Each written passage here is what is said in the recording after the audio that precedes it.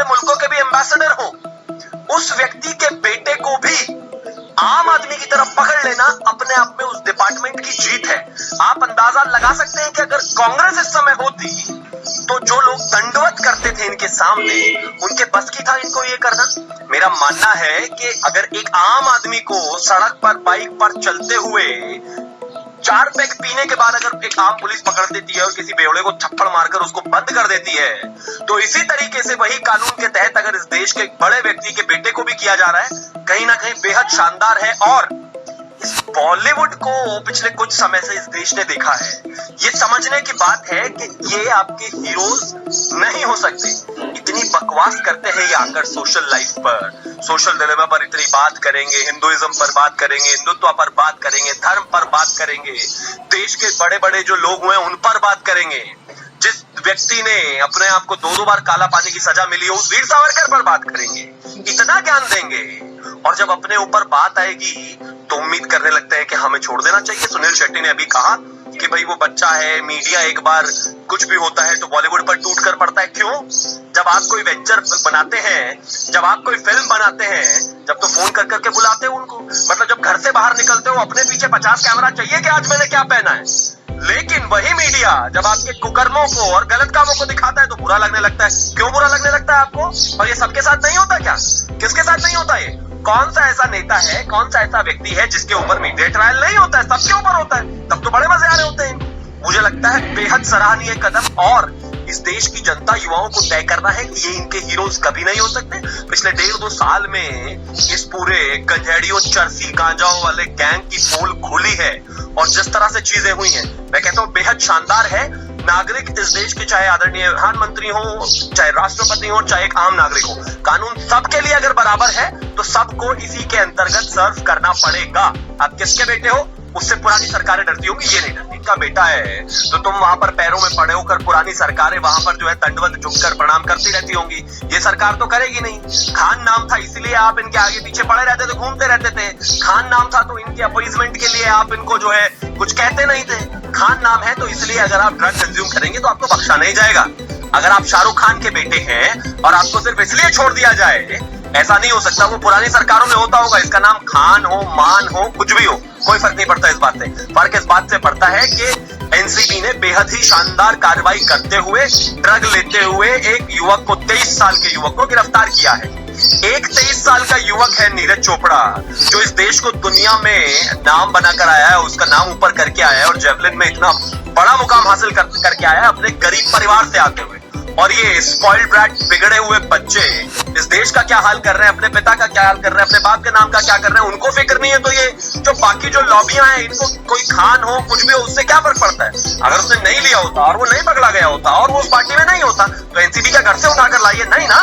गलत काम करोगे तो ये होगा कि ये बहुत ही एकदम संत मौलवी टाइप का आदमी था और इस पे पहले कोई कंट्रोवर्सी नहीं है, पहली कंट्रोवर्सीज भी हैं।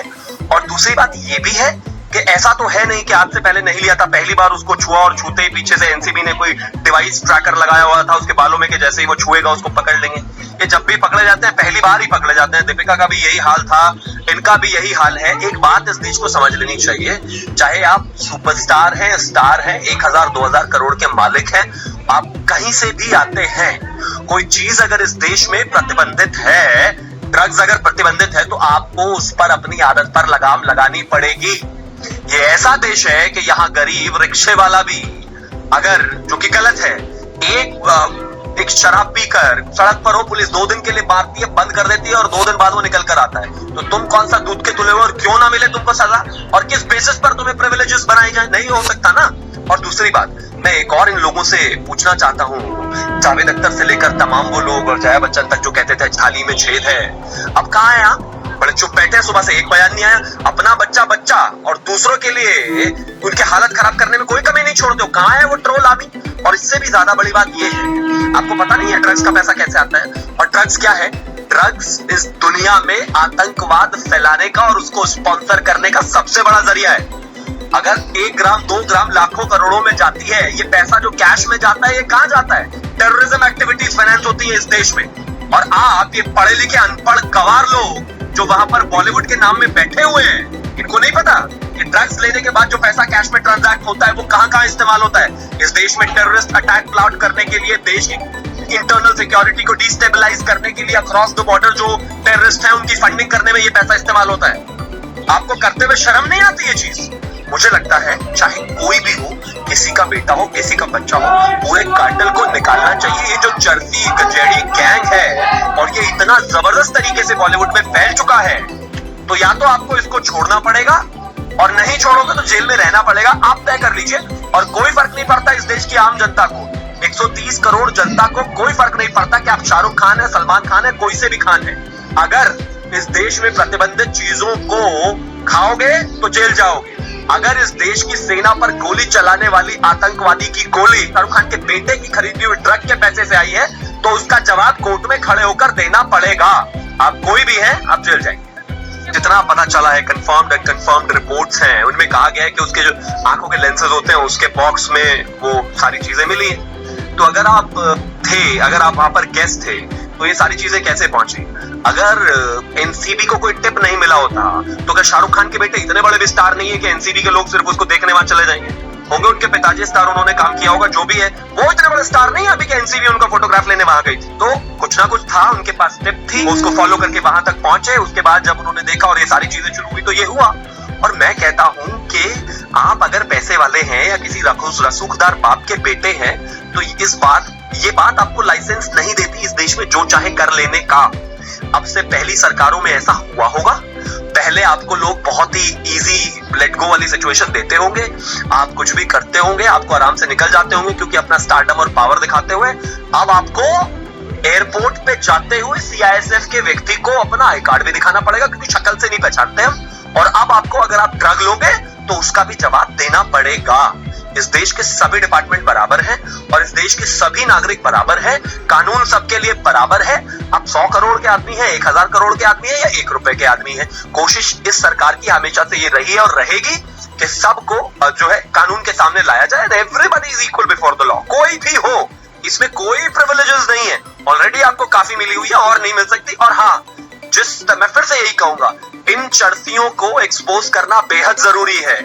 ये लोग इतने बड़े बड़े महान योद्धाओं पे फिल्में बनाते हैं, कूड़ा भरा पड़ा है इनके दिमाग में। ये इस देश के हीरो बिल्कुल नहीं हो सकते हैं। इस देश को अपने हीरो, इस देश के युवाओं को, युवतियों को अपना हीरो, अपने देश के लिए काम करने वाले लोगों को हीरो चुनना पड़ेगा और बदलना पड़ेगा। और पिछले 1 साल में जो सिचुएशन बदली है इसको और बेहतर करके देखना पड़ेगा कि ये कहीं एग्जिस्ट नहीं करते हैं। एक रियल लाइफ में एक आदमी, आपके पिता, आपके भाई, आपके माताजी जो आपकी इतनी मेहनत से मिडिल क्लास लोगों, मिडिल क्लास की फैमिली के बच्चों के माता पिता कमा कर लाते हैं, आपको सब कुछ करते हैं और आप एक नीरज चोपड़ा बन जाते हो। तो बेहतर यह है कि शाहरुख खान से बेहतर अपने पिता, आप उनको आइडल मान लीजिए क्योंकि आपको बढ़ाकर गरीबी के बाद भी ऊपर पहुंचाया है।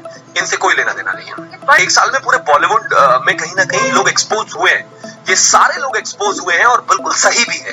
एक्सपोज होना जरूरी है। देखिए, अगर आप गलत काम नहीं करते आपको कोई एक्सपोज नहीं कर सकता, लेकिन अगर आप ड्रग के साथ पकड़े जाएंगे तो आपको जवाबदेही है। आप बड़े आदमी होंगे, लेकिन पिछले 1 साल में इस पूरी इंडस्ट्री की जो बैंड बजी है, मैं कह रहा हूं ना, भगवान की लाठी में आवाज नहीं होती है। जब से सुशांत सिंह राजपूत गए हैं इस दुनिया से, कहीं ना कहीं इनकी बैंड बहुत बुरी तरीके से बजी पड़ी है। और मैं तो कहना चाहता हूँ एक सजेशन के तौर पर भी, चलो ठीक है, पिक्चरें तो मैंने भी देखी है ना उनकी, कि भैया इकट्ठे होकर मिलजुल कर कोई हवन कराइए, शुद्धि उद्धि कराइए, जितने पाप किए हुए शायद धुल जाए। वरना पूरी तरीके से एक जमाना हो गया एक्सपोज तो बेइंतहा हो गए हैं।